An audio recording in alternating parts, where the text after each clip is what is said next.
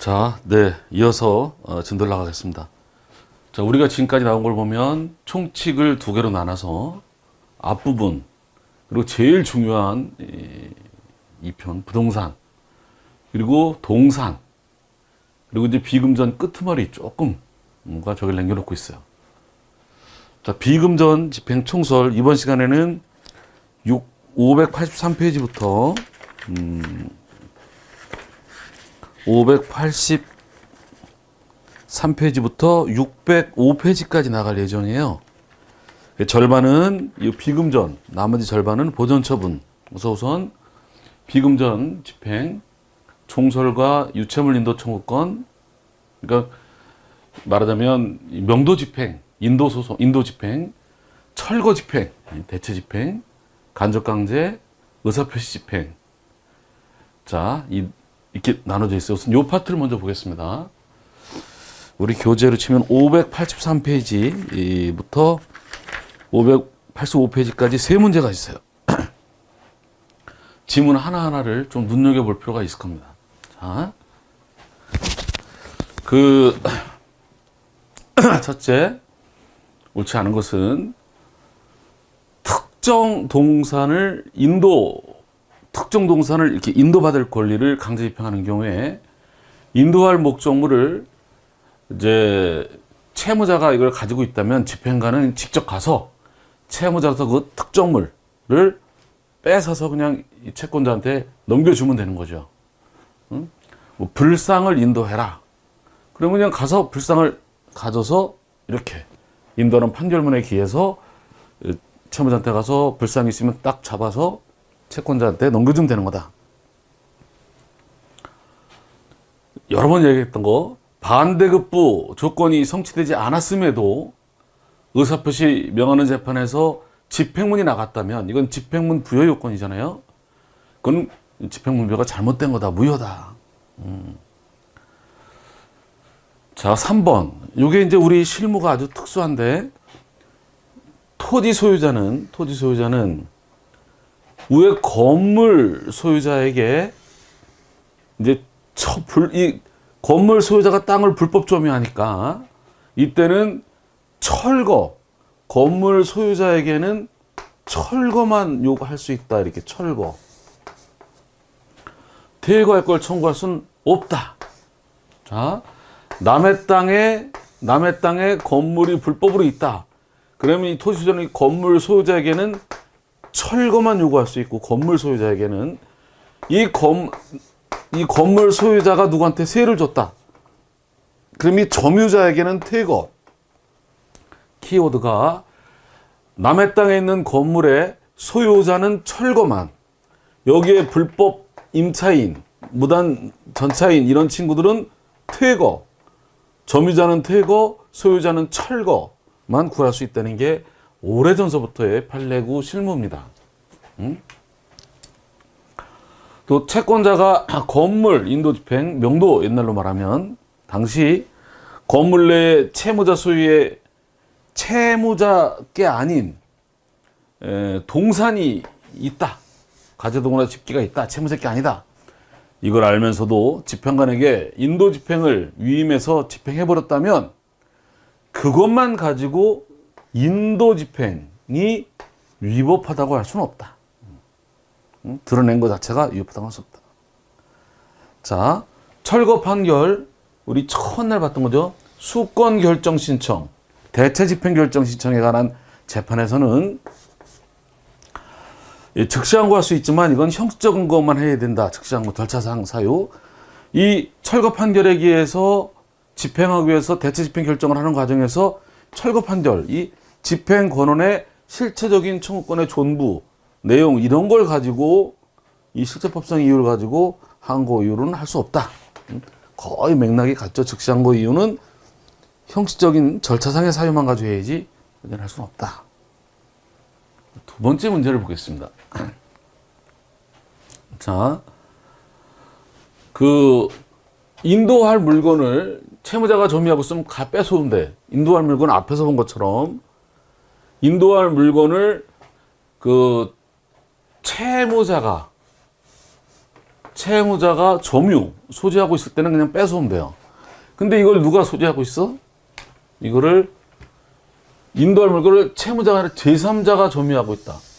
제3자가 소유하고 있다면 채권자 신청에 따라 금전채권 압류를 준용해서 채무자가 제3자에게 가져올 인도 청구권을 우리 채무자 걸 내가 뺏어오려고 하는데 이걸 얘가 가지고 있다 이거예요. 그럼 얘가 이렇게 가져올 다음에 이렇게 가져오는 거잖아요.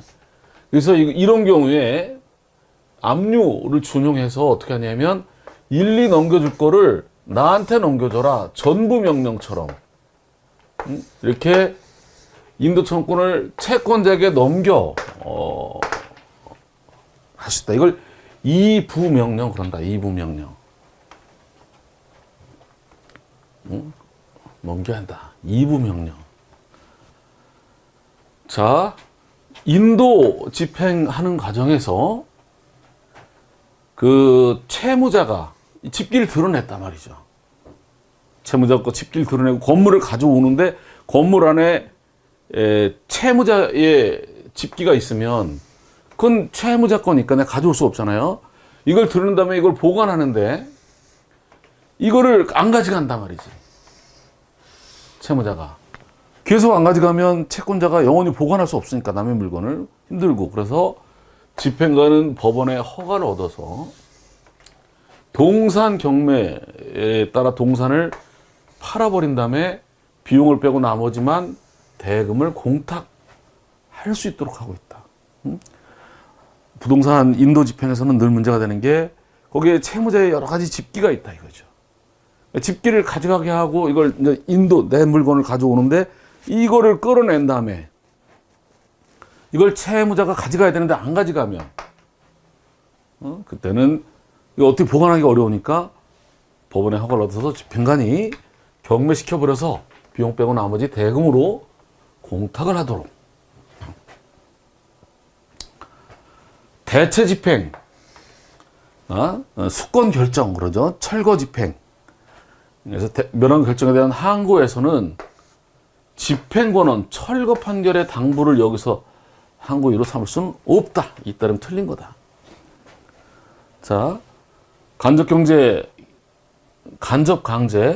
안 주면 이거 첫날 얘기 잠깐 했던 거죠. 하루당 얼마 물어내라 이런 식으로 변론 없이 할 수 있지만 반드시 필요적 신문, 대체 집행, 철거 집행, 필요적 신문이다. 의사 진술을 명하는 판결이 확정되면 이제는 확정되는 순간 의사가 진술된 거로 간주가 되기 때문에 더 이상 집행할 게 없다. 청구이소 허용될 여지가 없다. 끝난 거기 때문에. 청구인은 집행이 끝나지 않았을 때 집행을 불허한다 라는 건데 끝났기 때문에 할 여지가 없다.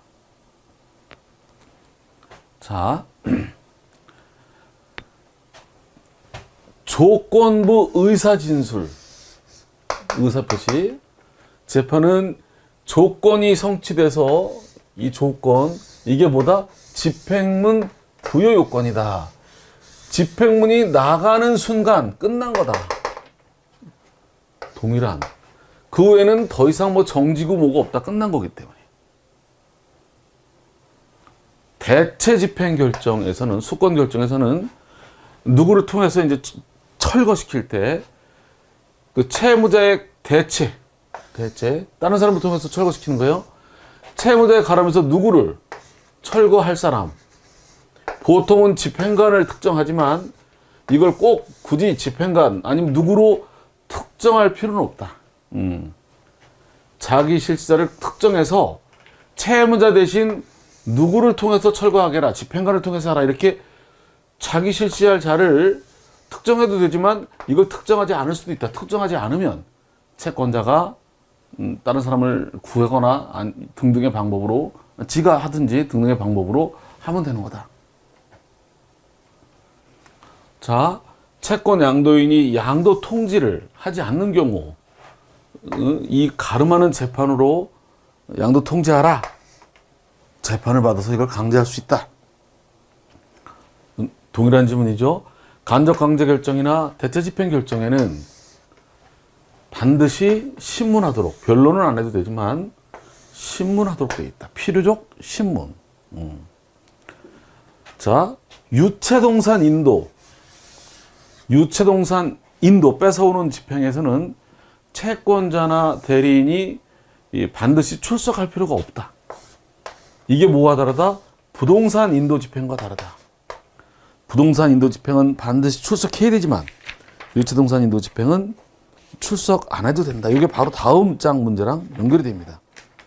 자, 이거 이때는 뺏은 걸 보관하고 있어야겠죠. 여하튼 유체동산 인도 집행은 채권자나 대리인이 출석 안 해도 되고, 이게 뭐가 다르다? 부동산 인도 집행과 다르다. 그래서 시험도 자주 나온다. 요 부동산 인도 집행, 여기 문제 부동산 선박 같이 본다 그랬죠. 인도 집행을 본다. 자, 채무자가 부동산을 인도해야 될 경우에 집행관은 채무자로부터 이걸 뺏어서 이렇게 인도합니다. 선박은 원래 동산이지만 부동산과 같이 취급한다.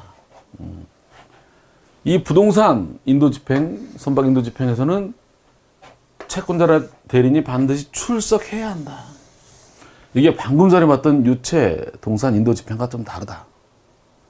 자, 강제 집행 목적물은 뭐야? 부동산이죠. 부동산 인도 집행, 명도 집행. 부동산 인도 강제 목적물이 아닌 가져두고 집기는 집행관 이걸 치은 다음에 이걸 누구한테 인도한다? 채권자가 아니라 채무자. 채무자거니까. 예전에는 명도와 인도를 구분했어요. 명도는 깨끗하게 빈 다음에 가져오는 거. 그래서 건물을 명도, 인도는 그대로 가져오는 거. 이걸 토지는 인도, 건물은 명도 그랬지만 이제 명도란 말을 안 쓰죠. 2003년도부터 여기 포함돼 있어. 인도 그러면 그냥 가져오는 것도 인도, 비고 가져오는 것도 인도. 명도란 말을 안 쓴다. 자, 이 비고 가져올 때 이 집기는 채권자가 아니라 채무자한테 돌려줘야 되고, 채무자가 이걸 안 받아가면 방금 전에 본 것처럼 이걸 보관하기가 어려우니까 집행관이 법원에 허가를 얻어서 경매시켜서 비용 빼고 나머지 이걸 공탁해 두는 거로. 자, 방금 전에 봤던 문제, 건물의 소유자가 건물 소유를 통해서 다른 사람의 땅을 침범하고 있을 때, 땅을 점유하고 있을 경우에 토지 소유자는, 건물 소유자에게는 건물의 철거만, 그 토지 인도 구할 수 있을 뿐, 이 자기 건물 소유자에게 퇴거를 할 거는 청구할 수 없다. 실무가 철거만 구할 수 있다. 채무자가 점유하고 있더라도 철거만. 그리고 철거 속에 퇴거가 포함되어 있다. 철거 속에 퇴거가 포함되어 있다. 그런데 철거만 구할 수 있지 철거는 안 하고 퇴거만 구할 수는 없다.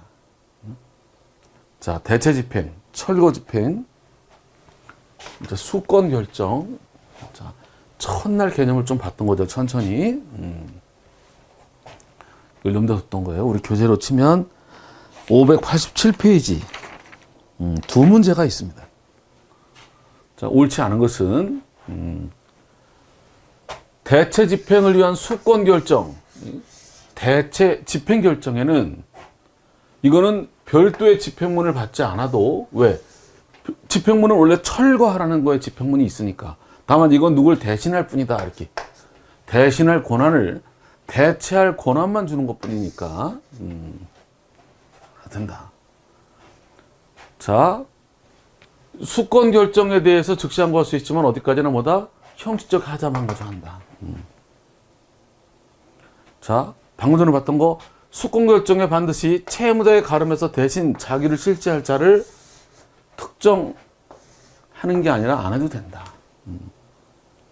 자, 자기 내용이 건물 철거이고 철거의 건물에 수권 결정에 표시되어 있는 때에는 이 철거에 종된 물건들은 당연히 다른 거 없이 철거할 수 있다. 따라가는 거다. 운명을 같이 한다. 종물이니까. 자, 그 다음에 2번을 볼까요? 가장 옳은 것은요. 틀렸다는 얘기야. 자, 맞는 것부터 볼까요? 수권 결정 자체는 집행권이 아니고 다만 누가 대신할 수 있을 뿐이니까 수권 결정에는 별도의 집행문이 필요 없죠. 집행문은 철거 판결에 붙이면 되니까. 나머지 다 틀렸다는 얘기예요. 자, 거꾸로 올라가 볼게요. 수권, 대체 집행 결정이 있으면 채무자는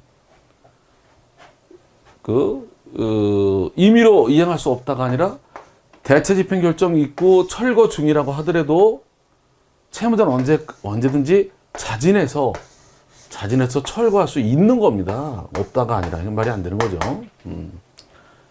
3번 중복되죠.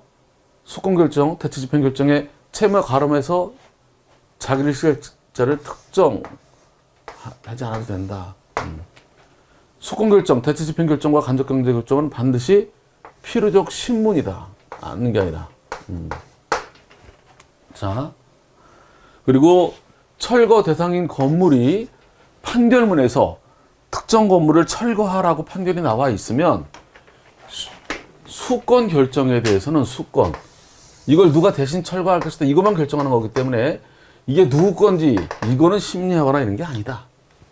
그런 거 2단계에서 이 수권 결정에서는 그냥 그 철거 판결대로 철거할 걸 누굴 시켜서 할 건지만 결정하는 거지, 그게 뭐 이제 와서 누구 건지 이거는 이 수권 결정에서 싸울 문제는 아니다. 별도로 들 문제지. 이걸 판단할 건 아니다. 자, 이제 간접 강제. 우리 교재로 치면 588페이지 문제가 있습니다. 588페이지. 자, 시험 문제로 치면 세 문제가 있군요. 자, 옳지 않은 것은 우리 588페이지 1번. 이제 채권자가 부작위 채무에 대한 간접 강제 결정을 너 부작위 채무 하지 마라. 근데 하고 있어.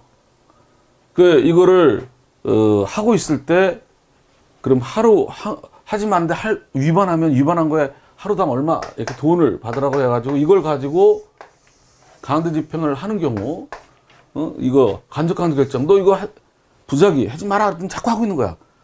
자꾸 할 때마다, 위반할 때마다 얼마 해가지고 뭐 하루에 10만 원 해가지고 500만 원이 생겼다. 500만 원을 권원으로 이걸 가지고 이제 경매 강제 집행을 하는 경우에 채무자가 내가 의무가 없다.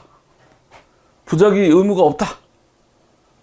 들어서 내가 이 전제 사실이 없다 이제.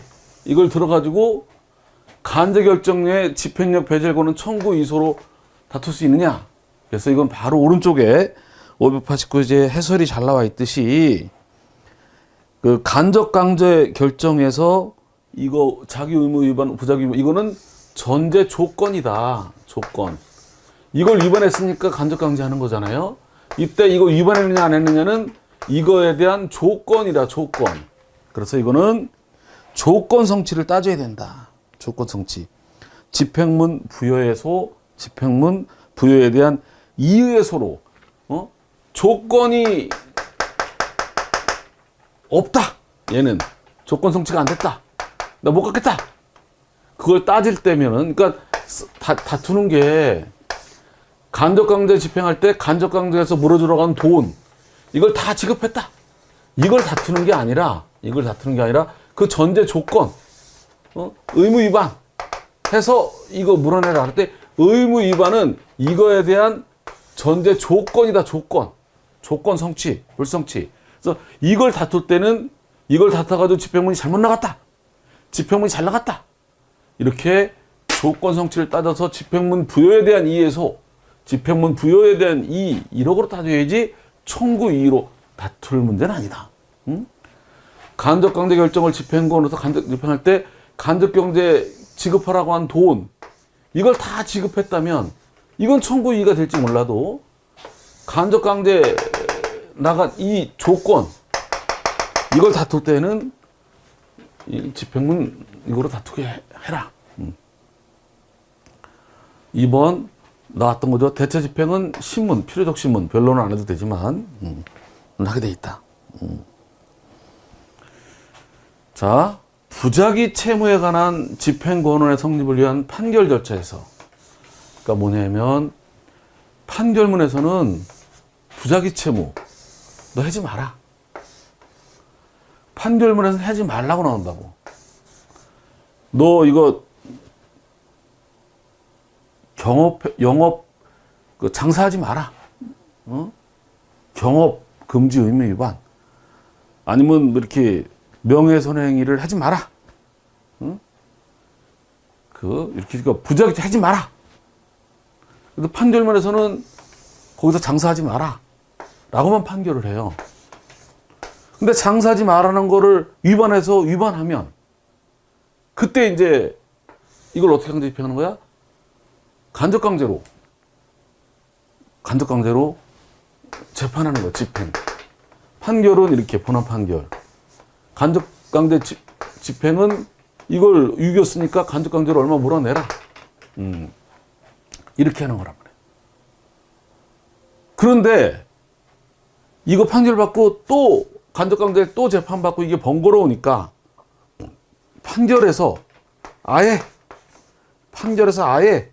하지 말고 만약에 하면 위반할 때 물어내라. 이걸 한 번에 구할 수 없냐. 다시 한번 지금까지 간접강제나 대체집행은 판결문 있고 별도로 위반했을 때 별도로 간접강제 신청을 해서 얘가 이걸 위반했으니까 하루 얼마 주십시오. 이렇게 간접강제 결정을 받아가지고 필요적 신문을 거쳐서 이렇게 간접강제 하는 건데 판결 따로 집행 따로 하지 말고 이제 여기서 판결에서 하지 마라. 위반하면 얼마 줘라. 이렇게 판결에서 한꺼번에 구할 수 있느냐. 이게 장차 채무자가 채무를 불이행할 경우에 대비해서 간접강제를 하는 것은 이렇게 한 번에 구할 수 있느냐는 부작위 채무에 관한 소송처의 변론 종결 당시 봐서 부작위 채무를 명하는 집행권원이 성립되더라도 채무자가 이를 단기간 내에 위반할 개연성이 있고 판결에서 이걸 산정할 수 있는 경우에는 예외적으로 가능하다. 언제만 가능하다? 판결이 나더라도 바로 위반할 가능성이 많고 금액을 산출할 수 있다면 한 번에 할 수도 있다. 예외적으로 이렇게. 자, 집행권원 성립을 위한 판결 절차에서 간접강제를 하는 것은 요건이 갖춰지면 된다. 그 요건이 뭐다? 판결 당시 사정으로 봐서 이 부작위 명하는 판결이 성립하더라도 위반 가능성이 개연성이 있고 산정이 가능하다면 이걸 말한 거였어요. 자, 채무자가 간접강제 결정에서 명한 이행기가 지난 후에 채무를 이행했다면 뭐 이때까지 뭐 해라. 이때까지 안 하면 하루당 얼마 물어내겠다. 이렇게 이때까지 해라. 근데 이때까지 안 하면 이렇게 물어내겠다. 근데 얘가 요 전에 이행을 했으면 괜찮은데 이렇게 위반해가지고 한참 가서 이만큼 해서 이행했다. 이렇게. 그럼 요만큼 기간 동안 지난 후에 이행했다면 이행이 지연된 기간에 상하는 배상금 강제집행 할 수 있다. 늦게 한 거 요만큼 할 수 있다. 자, 그 다음 문제를 보겠습니다. 자, 지문이 좀 둘 다 긴 편이죠. 법무사 문제라 좀 지문이 긴 편이었어요. 자, 변론 없이 강제했지만 대체 집행이나 간접 강제는 반드시 필요적 신문이다. 간접 강제 결정에서 명한 이행 기간이 지난 후에 스스로 이행했다면 이행이 지연된 기간만큼 강제 집행을 할 수 없다가 아니라 방금 전에 봤듯이 있다. 방금 전에 봤듯이. 자, 그 다음에 간접 강제 결정의 기초가 된 집행 권한에 대한 강제 집행 정지 결정이 제출되면 이는 간접 강제 결정 취소 사유에 해당한다.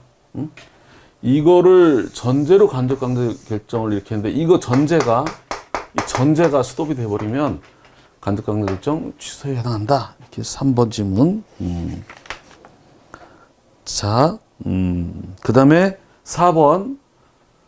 간접 강제 결정에 의한 배상금의 강제 집행은 금전 집행, 돈 받는 거니까 경매, 뭐 압류 이런 거로 할 수 있는 거고, 이건 간접 결정 자체가, 돈 주라는 것 자체가 독립된 집행권은 집행문을 따로 받아야 된다.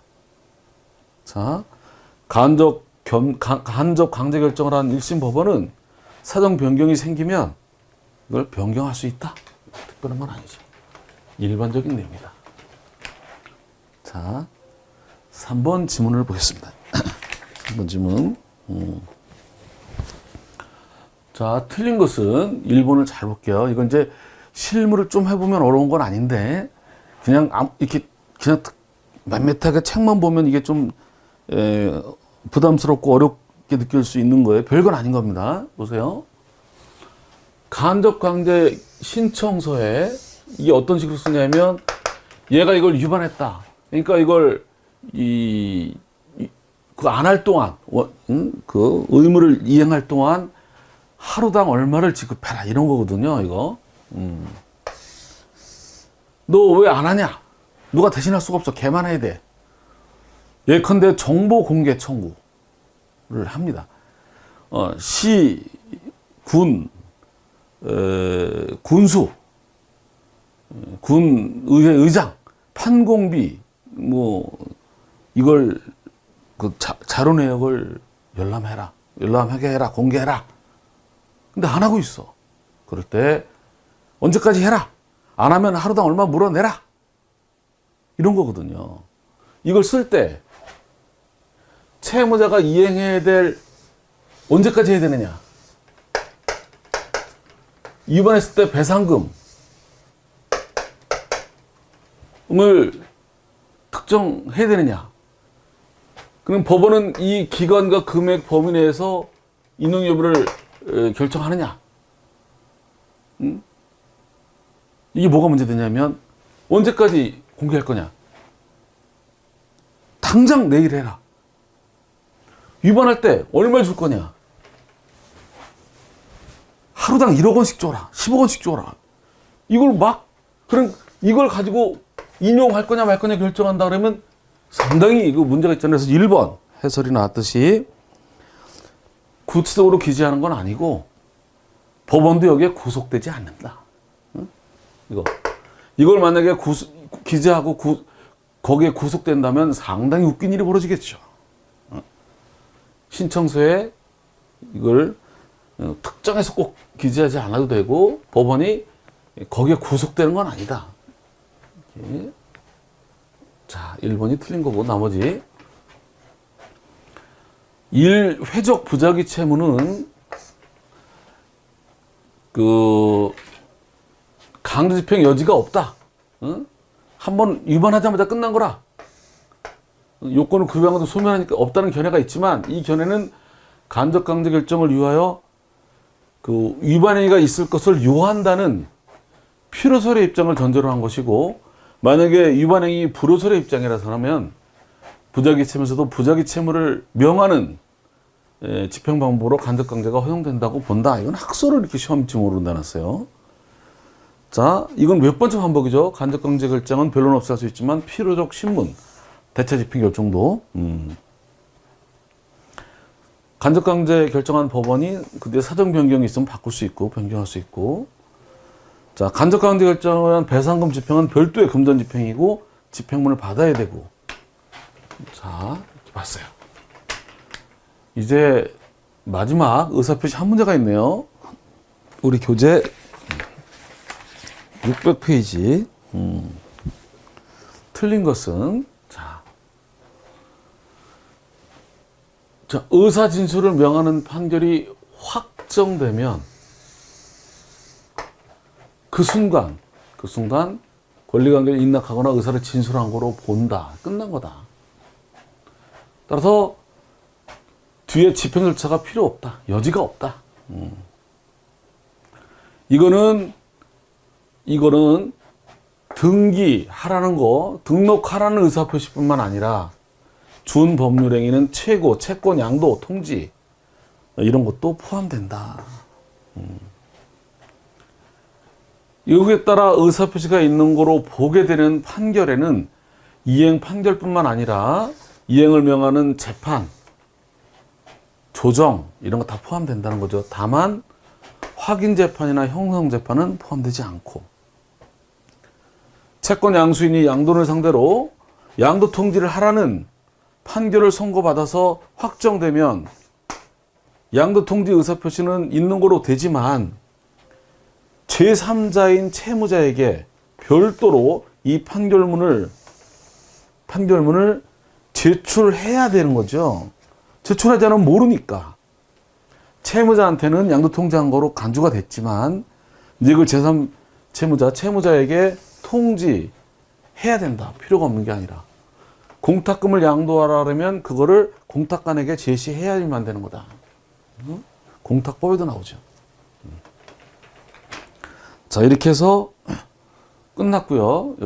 의사표시까지 끝났고, 이제는 가압류, 우리 교재 그림이 앞에가 좀 잘못 나왔고, 우리 교재 자 593페이지 이제 내용으로 보면 595페이지 이 가압류 파트를 봅니다. 이번 시간에는 가압류 워밍업으로 595페이지부터 605페이지까지 가압류의 의, 당사자, 의 한 문제, 그 다음에 당사자 네 문제, 그리고 관할 6문제, 그래서 11문제를 함께 보는 걸로 하겠습니다. 자, 의, 이게 지금 여기 보고, 그러니까 총칙, 앞에 그림이 잘못 나와서 총칙 두 개 나서 앞에 제일 중요한 부동산, 여기를 다 보고, 여기 보고, 이제 여기를 볼 차례예요. 여기 보고 나면 이제 총칙의 마지막만 이렇게 남죠. 자, 이 보존처분, 의, 당사자, 관할. 그래서 의를 보겠습니다. 우리 교재 595페이지 한 문제. 자, 보존처분은 신속 빼돌리지 못하게 하기 때문에 송달 전에도 집행할 수가 있고요. 자, 그리고 잠정적인 거다. 어디까지나 임시로 갑이 을에 대하여 토지 인도를 명하는 가처분 결정을 받아서 이걸 토지를 인도되었더라도, 잘 무슨 말이냐면 토지를 인도하라는 판결에 의해서 인도받았으면 끝난 건데 가처분으로, 토지 인도 소송은 별도로 진행 중이고 임시로 단행 가처분, 이렇게 특별한 경우에 임시로 토지를 넘기라는 가처분, 이 가처분으로 넘겨받았더라도 이 임시로 가지고 있는 거다 이거예요. 그 외에 토지에 대한 을의 점유를 방해해서는 안 된다는 결정을 구하는 가처분 신청 사건에서는 이 잠정적인 이행 상태 실현은 고려함이 없이 을이 점유하고 있는 거로 봐야 된다. 그러니까 임시로, 가처분은 어디까지나 잠정처분으로 임시로 이렇게 한 거기 때문에 나중에 재판할 때 이 잠정적 가처분으로 가져온 거는 어디까지나 잠정적인 이행 상태 실현이다 이거예요. 가처분으로 이렇게 해놓은 거는 이거를 잠정적으로 이거는 고려하지 말고 다른 걸 해라. 이거 밑에 문제도 마찬가지예요. 토지와 건물의 소유권에 의해서 점유자 등을 상대로 인도를 구하는 소송에서 원고가 변론 요구 전에 가처분을 받아가지고 가처분으로다가 철거한 후에도 인도를 그대로 유지하고 있다면 멸실 고려함이 없이 청구의 당부를, 가처분으로 진행된 거는 이 판단할 때 가처분으로 집행 온 거 자체를 고려하지 말고, 가처분으로 온 거는 잠정적인 임시 상태니까 이걸 고려하지 말고 있느냐 없느냐를 고려해라. 그 비슷한. 자,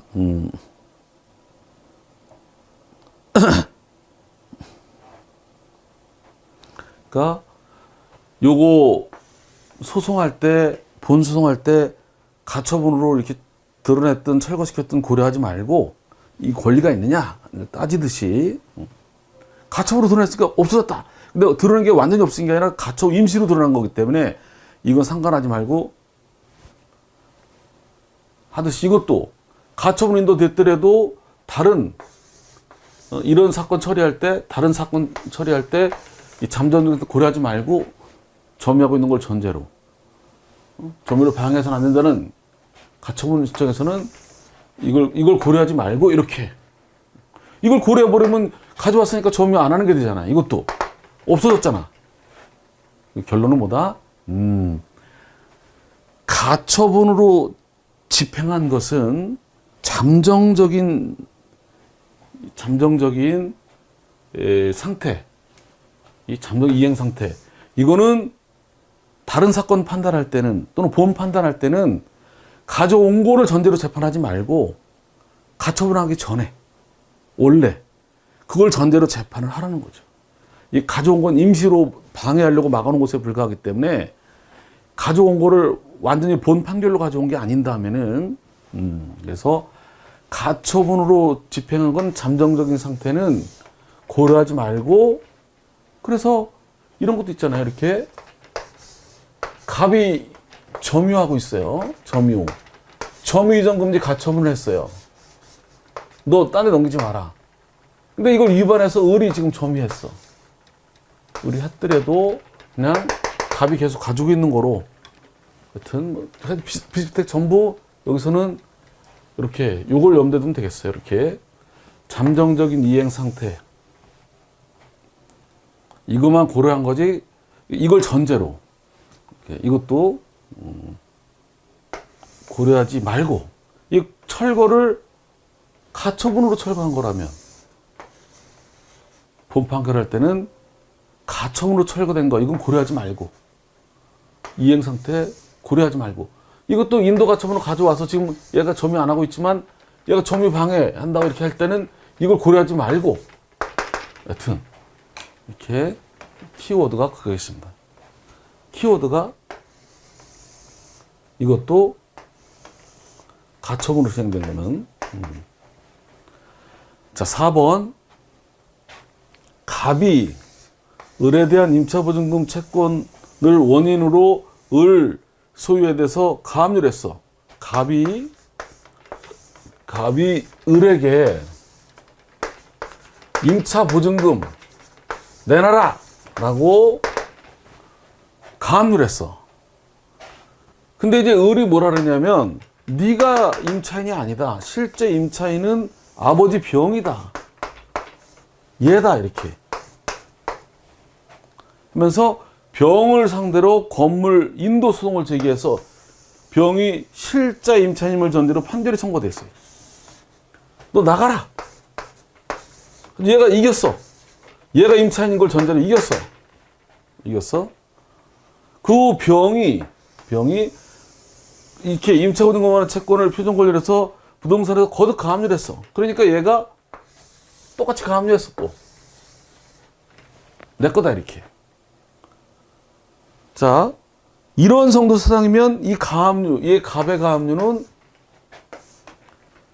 사정 변경한 취소사항에 해당한다죠. 볼 수 없다가 아니라 얘가 가압류를 했는데 나중에 봤더니 너는 임차인이 아니고 임차인은 아버지라는 걸 전제로 명도 판결 인도 소송에서 이겼고, 이 아버지도 이걸 자기 거라는 걸 전제로 가압류를 했다면 이 가압류는 이제 사정 변경에 해당한다. 취소에 해당한다. 아닌 게 아니라 해당한다. 이렇게. 이런 거 시험에 나오면 판례이기 때문에 그대로 나옵니다. 응용 없이 그대로 나옵니다. 이렇게 나오면 끄트머리 보면 되는 거예요. 자, 합의재판부가 한 개뿐인 법원에 합의 사건이 접수됐는데 법관 일부가 출장 중이어서 합의가 안 된다. 때 불가능한 경우에는 재판장이 보존처분에 대한 재판을 할 수가 있다. 예외 경우에 대비해서 긴급성에 대비해서 이런 규정을 두었다. 자, 이제 당사자를 보겠습니다.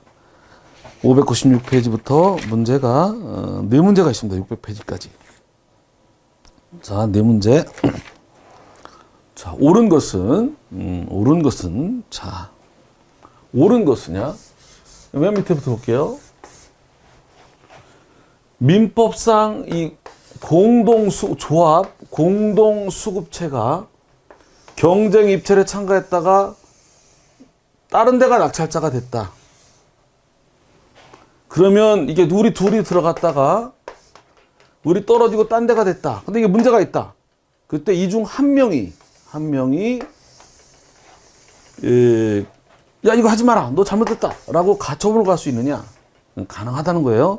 가능하다는 거. 보존행위로서 가능하다. 자, 이렇게 정리하면 뭐다? 이렇게 공동으로 도급을 받았는데 우리가 떨어지고 다른 애가 된 거야. 입찰에 들어갔는데. 근데 이게 부조리가 있는 거야. 그때 둘 이름으로 가처분이 가능하냐?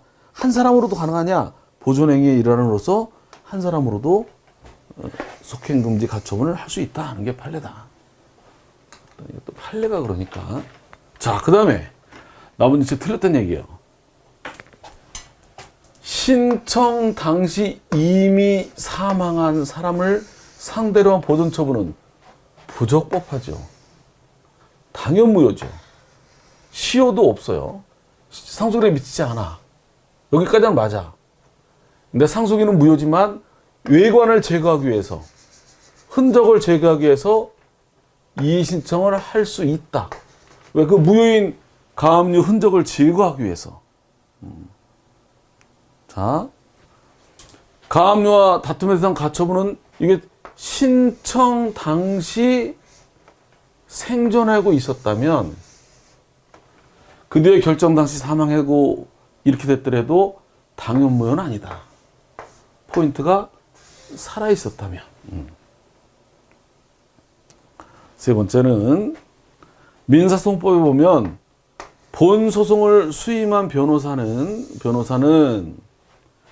그 소송을 함에 있어서 강제집행이나 가압류 가처분, 보존 처분이 행해할 수 있는 대리권을 가짐으로 본 소송을 수임한 변호사는 별도로 위임을 받지 않아도 그 본 소송과 관련된 강제집행 정지, 보존 초성, 강제집행, 그러니까 다시 한번 본 소송을 수임한 변호사는 그 판결 끝난 다음에 그 판결을 집행하는 거나 이 판결과 관련된 이 소송과 관련된 가압류 가처분은 별도로 위임장을 내지 않아도 당연히 대리권이 있어요. 여기까지는 맞아요. 근데 의뢰인에 대한 관계에서 당연히 이런 걸 해줄 의무를 부담하느냐? 이건 아니라는 거예요. 다시 한번 본 소송을 위임받은 변호사는 그 본 소송과 관련된 강제집행 또는 본 소송을 위한 가압류 가처분을 위임장 안 받고도 할 수 있지만 그렇다고 해서 의뢰인에게 반드시 그걸 해줘야 될 의무를 부과하는 것은 아니라는 거예요. 왜 문제가 됐냐면 변호사한테 소송을 맡겼는데 변호사가 다 알아서 해줄 줄 알았는데 재판만 하고 가압류를 안 했어요. 재판만 하고 가압류를 안 하다 보니까 판결은 이겼는데 가압류를 못 해가지고 돈을 못 받게 생겼어. 그래서 변호사 상대로 재판을 걸었어. 가압류를 했으면 내가 받을 건데 안 해줘가지고 못 받았으니까 책임져라. 근데 판례가 권한은 있지만 그렇다고 의무를 부담하는 건 아니다. 별도로 위임 계약을 맺고 돈을 주거나 그러기 전에는 그 선임 위임되지 않은 이상 의무를 부담하는 게 아니다. 이거를 그 변호사분이 이런 걸 의뢰인한테 얘기해 줬으면 이런 게 안 생겼을 건데 이걸 얘기 안 해주고 그냥 하다 보니까 의뢰인은 다 해주려니 알고 이렇게 했다가 일이 벌어졌던 것 같아요. 자, 가압류 결정을 받은 제3채무자는 결정 후에 취득한 채권 가지고 상계하지 못합니다. 못합니다. 그러나 이 반대 채권이 가압류할 당시 자동 채권, 내가 받을 돈과 제3채권을 받을 돈과 이 채권이 적상에 있거나, 그러니까 이미 가압류 들어오기 전에 이미 둘 다 시간이 지났다거나 기한이, 내 받을 채권의 변제의가 반대 채권과 동시 또는 먼저 도래하면, 아직 기간이 안 도래했더라도 내 받을 돈이 동시나 먼저 도래할 때는 상계할 수 있다. 자, 상계할 수 있어요. 없다가 아니라. 틀린 거지. 옳은 거였으니까. 자, 여기도. 자, 알았겠죠? 그러니까 가압류 이렇게 채무자가 있고, 여기 제3채무자가 있는데, 여기 이제 요 줄 돈에 가압류가 들어온 거잖아, 이렇게. 내가 받을 돈이 있었다, 이렇게. 요걸 수동채권, 요걸 상계를 요구하는 사람 채권을 자동채권 그런다고. 그래서 요게 들어온 후에 이거 생긴 거 가지고는 상계를 못 하지만, 이거 들어올 당시에 이미 둘 다 기간이 지났으면 어느 게 먼저 지났는지 묻지 않고, 둘 다 기간이 지났으면 상계 적상이 도래하는 거니까. 상계 적상은 둘 다 기간이 도래한 걸 말해요. 압류를 올 당시에 둘 다 이것도 도래했고 이것도 도래했으면 누가 먼저 도래하는지 상관없이 상계할 수 있고, 압류 들어올 당시 아직 기간이 둘 다 안 지났더라도 이거보다 이게 먼저라거나 동시면은 상계할 수 있다는 거예요. 상계할 수 없는 게 아니라 있다는 거죠. 자, 그 다음에 2번을 보겠습니다. 598페이지. 옳은 것은요, 이것도. 자, 옳은 것부터 볼게요. 채권 가압류에서 제3채무자는 이게 계속 반복됩니다. 채권 가압류에서 제3채무자는 이해관계인에 불과하다. 당사자가 아니다. 따라서 얘는 이의도 제기할 수 없고 취소를 제기할 수 없다. 그런 거죠. 자,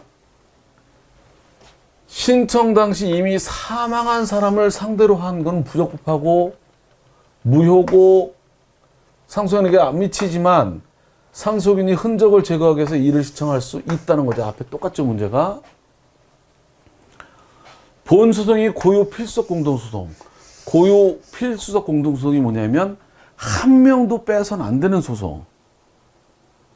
그때 보전 처분에서도 전원이 당사자가 돼야 된다. 본소송이 고유 필수적 공동소송이라면 한 명도 빠지면 안 돼. 가압류 가처분에서도 전원이 당사자가 돼야 한다는 게 판례다. 방금 전에 본 거, 민법상 조합 공동수급업체가 입찰에 참가했다가 다른 데가 낙찰되는 바람에 그런 경우 둘 중 혼자서 가처분을 구할 수 없다가 아니라 있다. 보존행위로서 구할 수 있다. 뭐죠? 자, 그 다음에 3번 문제를 보겠습니다. 자, 보존 명령 발령 후 집행 전에 승계가 있으면 승계 집행문 기록 보관하는 데서 보존 소송에서 소송 목적물이 양도된 경우 또 소송 참가, 소송 인수 똑같이 양도, 참가, 인수가 다 소송하고 준용됩니다. 여기도 보도 참가, 독립 참가 이 다 똑같이 인정이 됩니다. 자, 4번을 잘 봐두세요. 가압류 등기 후 이게 뭐야? 집행이 된 거예요. 가압류가 등기됐다는 얘기는 결정이 나서 집행이 됐다는 얘기야. 집행된 후에는 본집행 전에 제3자가 목적물을 취득한 경우 집행된 후에는 피보존 채권의 양수인은 승계 집행문을 받아서 집행할 수 있는 게 아니라 승계 집행문이 필요 없다는 거예요. 어느 때만 승계 집행문이야? 발령 후 집행 전에 승계된 경우에만. 집행 후에는 가압류를 양도받으면 승계 집행문 필요 없이 이렇게. 자, 이 경우가 어떤 경우냐면 그림을 그리면 갑이 을을 가압류해 놨어요. 가압류. 등기부에 갑으로 찍혀 있어. 가압류권자가. 가압류권자가 찍혀 있어. 찍혀 있어. 그런데 그 뒤에 이걸 양도받으면 이 가압류 후에 이걸 양도받으면 병이 그럼 양도받아도 바로 집행하면 돼요. 뭐 변함이 없으니까. 그런데 가압류 놓고 이렇게 했고 이걸 소유자가 바뀐 거야 이렇게 A로 바뀐 거예요. 그럼 이걸 양도받은 사람은 채무자가 A가 아니라 얘라고. 얘한테 판결을 받았어. 판결을 이렇게. 을에게 판결을 받았지. 갑이 을에게 판결 받으면 안고 넘어가더라도 이게 집행하기 쉬워요. 등기부에 갑이 있으니까. 근데 갑이 가압류하는 걸 이렇게 승계받았다고. 등기부는 갑으로 돼 있고 을로 돼 있어. 을이 또 소송은 얘한테 해야 되잖아. 이걸 양도받은 거니까. 그러면 피고가 을이야, 을. 등기부는 A로 넘어왔고. 그렇지만 요걸 넘겨받은 거니까, 이 가압류를 안고 산 거니까. 그러면 갑이 가압류한 걸 이거 승계집행을 받아야 되느냐? 승계집행을 받지 않고 승계 사실만 입증하면 된다. 이렇게. 그래서 가압류 후 본집행 전에 제3자가 소유권을 취득한 경우 안고 취득한 거지. 근데 가압류인 이름으로 들어가면 문제가 없는데 그 채권을 양도받아서 다른 애가 들어갈 경우에 양수인이 들어갈 경우에 승계집행문이 필요 없이 승계 사실만 입증하면 된다. 그래서 집행 후에는 가압류 등기 후에는 승계집행문이 안 받아도 된다. 이렇게 좀 특수하죠. 4번을 보겠습니다. 교재 당사자 마지막 문제 600번 발령 후 집행 전에 승계가 있으면 승계집행문 발령 후에도 2로 확정되기까지 채무자를 위해서 보조 참가하면서 이 이익은 가능하다. 자, 보존처분 신청 전에 사망했는데 누가? 제3채무자는 당사자가 아니다. 이해관계인에 불과하다. 이거는 망자를 제3채무자라는 건 무효가 아니고 결정 경정으로 상속인한테 효력이 미친다. 자, 제3채무자는 당사자가 아니라서 판례가 결정 경정으로 망자의 상속인으로 결정 경정해주면 미친다. 무효가 아니다. 소급한다. 자, 그 다음에 이건 여러분 봤던 건데 임차 보증금 채권이 가압류된 상태에서 집주인이 양도되고 양수인이 그러면 새로운 주인이 가압류 제3채무자 지위도 승계하고 가압류권자는 양도인이 아니라 이제 새로 주인, 양수인에 대해서만 가압류력을 주장할 수 있다. 임대차 대항력 있으면 승계하니까 임대인의 지위를 가압류된 걸 안고 사더라도 가압류권자 제3채무자는 옛날 사람이었는데 종전 소유자 이것도 새로운 주인이 승계하게 돼서 새로운 양수인에게만 주장할 수 있다. 몇 번 나왔던 거죠. 자, 이제 관할 문제를 보고 이번 시간 마치겠습니다. 우리 교재 600페이지부터 605페이지까지 6문제가 있습니다. 여긴 다행히 짧습니다. 문제들이. 자, 가압류 관할은 가압류할 물건 소재지 또는 본안 관할, 가처분은 본안 관할 또는 다툼의 대상이 있는 곳 관할. 자, 이 토지 관할은 전속 관할이다. 딴 데서 할 수 있는 게 아니다. 자, 근데 이걸 위반했을 경우 관할을 위반해서 명령했을 경우 이게 상소나 이의 등으로 취소되지 않는 한 유효하게 되고 또 재심 사유는 아니다. 확정되면 치유가 된다. 요 3번이 계속 반복되는데 대법원 상고로 인해서 기록이 대법원에 상고심에 송부되고 본안이 상고심에 기속 중일 때는 이때는 가압류가처럼 어디서 한다. 대법원에서 하긴 적절하지 않으니까 그때는 2심 법원이 아니라 1심 법원이 보존처분 관할한다. 사건이 대법원으로 가 있을 때는 1심 법원에서 한다. 1심. 자, 그 다음에 1심으로 한다는 게 계속 반복됩니다. 자, 본 사건에 관하여 당해 법원에서 판결이 선고된 후 항소, 상고로 인하여 기록이 송부되기 전이면 기록 있는 법원에서 본안 법원이 된다. 기록이 있는 법원.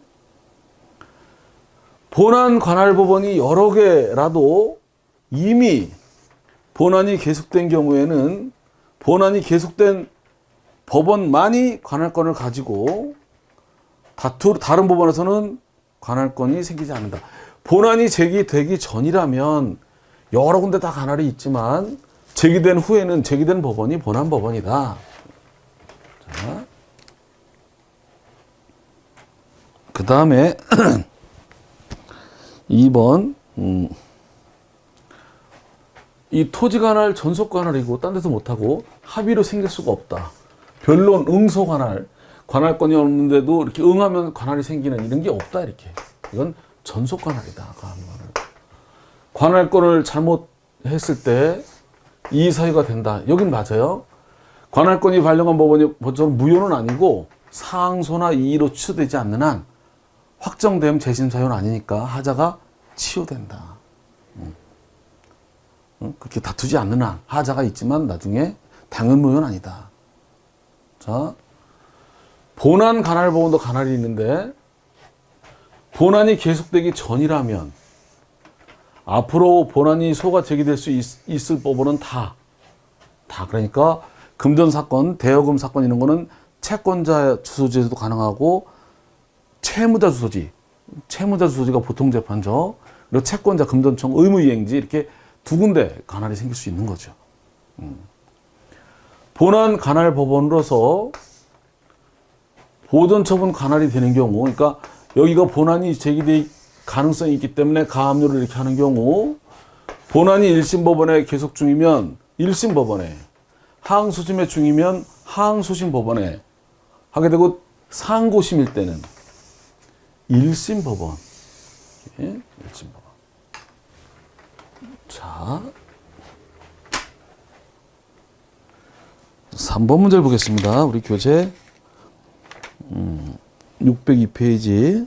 자, 문제가 6번까지니까 짧습니다. 문제들이 좀 중복이 많이 됩니다. 이제 옳지 않은 것은 본안이 1심 중이면 1심, 항소면 항소법원이 독촉 재선화의 관할법원도 이 본안으로 본다.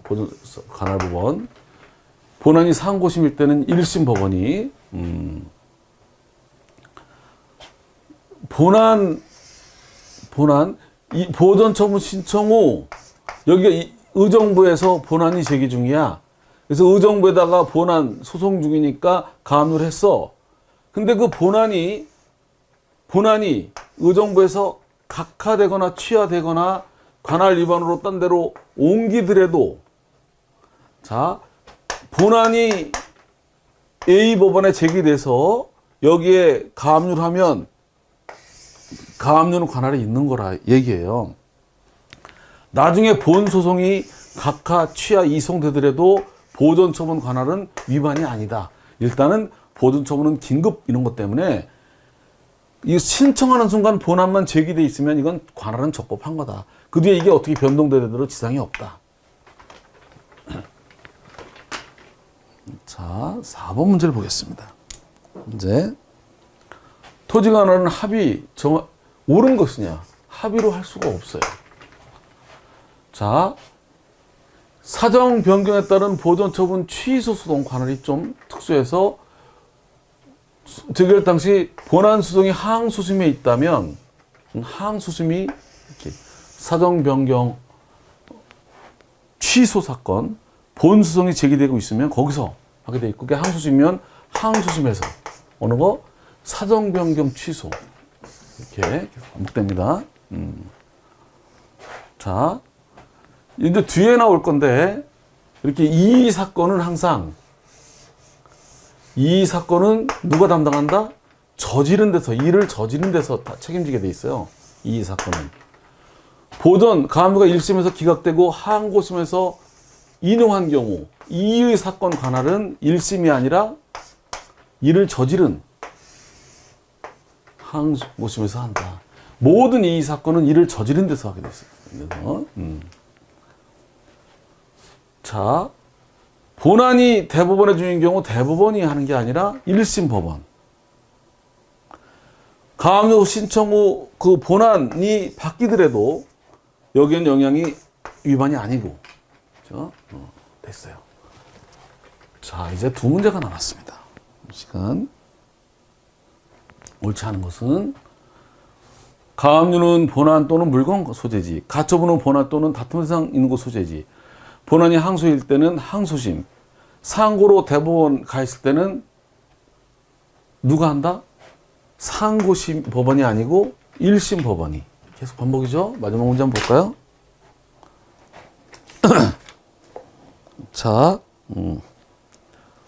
최선화의 이것 조정, 이것도 본안 관할이고 가압류 관할이 될 수 있고, 가사소송 또는 가사 비송 사건을 본안하는 경우에도 가압류 가처분을 하되 이거는 가정법원에서 하고, 가사 사건과 관련된 가압류 가처분은 가정법원에서. 자, 가처분 사건은 본안 또는 다툼 있는 곳. 상고로 기록이 상고심에 주고 있다. 그러면 상고법원이 아니라 1심 법원. 이의는 누가 책임? 이의는 저지른데 발령한 법원. 자, 이렇게 해서 파트가 끝났어요. 수고들 하셨고요. 조금 쉬었다 우리 605페이지 보존 처분의 요건 파트를 정리하겠습니다.